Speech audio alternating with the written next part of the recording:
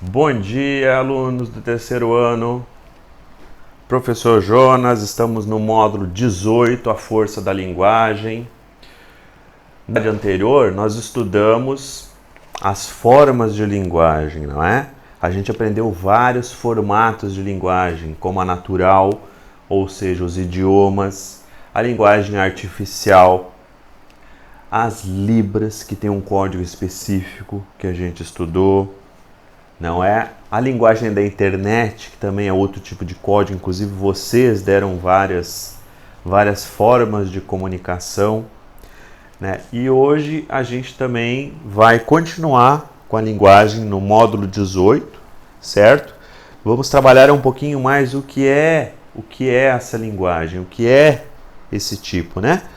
A linguagem, como eu digo sempre, ela é um processo de humanização, é um conjunto de signos, né? De signos num processo dialético, ou seja, palavras, pensamentos e coisas. O ser humano ele expressa esses signos, essas ideias e transforma em comunicação, né? Na filosofia, essa comunicação e esse movimento é chamado de devir, né? Ou vir a ser, um movimento pela qual as pessoas se transformam, né? Ou a gente também pode dizer humanizam-se, né? Basta a gente ver que a linguagem é uma das principais formas de diferenciação do homem com o animal, certo? Não podemos esquecer que a linguagem promove a convivência, certo? No mundo, tanto de forma objetiva quanto subjetiva, mundo das ideias, transformando essas ideias em pensamentos e realidade, não é? O planejamento esboça muito bem isso. A gente planeja uma coisa, transforma isso em uma lógica de ideias, uma após a outra, e transforma esses planos em coisas concretas, certo? Isso a gente pode chamar de objetividade das coisas. E também visualizar, né? Essa linguagem visualiza uma totalidade das coisas. Por exemplo, a linguagem nada mais é do que um conjunto de símbolos e de códigos, certo? Que a gente começa a perceber o mundo. Por exemplo, regras de trânsito. O trânsito todo é feito por meio da linguagem, por meio de sinais, por meio de códigos. A partir dali que a gente sabe se, né, o alerta está ligado no carro, a gente sabe que é um sinal de perigo, um sinal de emergência. Ao mesmo tempo, a gente sabe se a pessoa vai virar para a esquerda, liga o pisca da esquerda, na direita o pisca da direita, certo? Tem todo um código que é transmitido e todas as pessoas, a princípio, deveriam saber, correto? Então a linguagem também é muito importante saber que situa o homem, né, no santuário, nosso livro traz no santuário da fala e no santuário da escuta, certo? Promovendo a convivência, o vocabulário e a habilidade de relações. Mas muito importante saber que esse santuário de fala e escuta nada mais é do que o diálogo, certo? Diálogo pressupõe alguém que fala e alguém que escuta. Se alguém só fala e a pessoa não escuta, nós temos um monólogo, correto?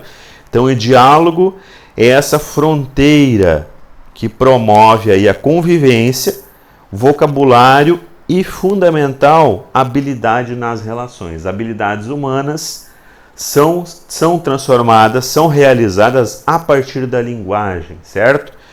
As pessoas promoverem o diálogo, as pessoas se respeitarem, as pessoas criarem códigos e viver em sociedade pressupõe o conhecimento de uma linguagem, esse processo dialético de linguagem. Lembrem, né? Dialética para Hegel e para Marx, temos lá os 3 elementos importantes e fundamentais, que são 3 elementos do processo dialético: uma tese, uma antitese ou ideia contrária. Dessas duas nasce uma síntese, certo? Esse processo sempre é contínuo e se dá também na linguagem. É a partir desse processo dialético que as pessoas se humanizam e convivem no meio, convivem em sociedade a partir das suas regras, a partir dos seus signos e a partir das suas convenções. Eu tenho aqui um exemplo, um livrinho que eu gosto bastante, o livro Filosofando, Introdução à Filosofia, da Maria Lúcia e da Maria Helena, que tem um exemplo bem bacana da questão da linguagem. Não sei se vocês ouviram falar da história das meninas lobo. Eu vou ler para vocês, vocês vão ver. Né? Na Índia, onde os casos de meninos lobo foram relativamente numerosos, descobriram-se em 1920 duas crianças, Amala e Kamala, vivendo no meio de uma família de lobos. A primeira tinha 1 ano e meio e veio a morrer 1 ano mais tarde. Kamala, de 8 anos de idade, viveu até 1929. Não tinham nada de humano e seu comportamento era exatamente semelhante àquele de seus irmãos lobos. Kamala vivia 8 anos na instituição que a acolheu, humanizando-se lentamente. Ela necessitou de 6 anos para aprender a andar e pouco antes de morrer só tinha um vocabulário de 50 palavras. Atitudes afetivas foram aparecendo aos poucos. Ela chorou pela primeira vez por ocasião da morte de Amala, que se apegou lentamente às pessoas que cuidaram dela e às outras crianças com as quais conviveu. A sua inteligência permitiu-lhe comunicar-se com os outros por gestos inicialmente e depois por palavras, de um vocabulário rudimentar, aprendendo a executar ordens simples, certo? Então esse relato ele é verídico, tá? A respeito das diferenças, ele mostra diferenças entre o homem e o animal, a convivência dos dois, certo?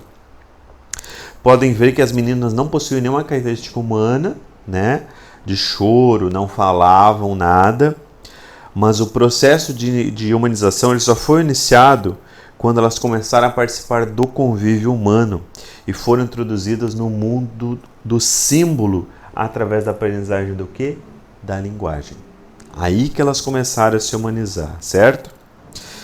Aqui também tem outro exemplo interessante. Um fato semelhante ocorreu nos Estados Unidos com uma menina chamada Ellen Keller, que nasceu cega, surda e muda. E como um animal, até a idade de 7 anos, quando seus pais contrataram a professora Anne Sullivan, que a partir do sentido do tato conseguiu conduzi-la ao mundo das significações. Esses estranhos casos nos propõem uma questão inicial.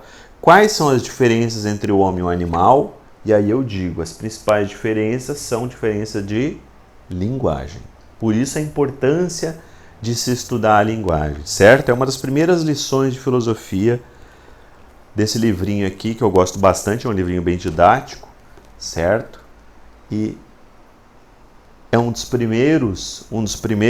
primeiras lições, né, deste livrinho aqui, que eu acho bem didático, eu gosto bastante dele, certo?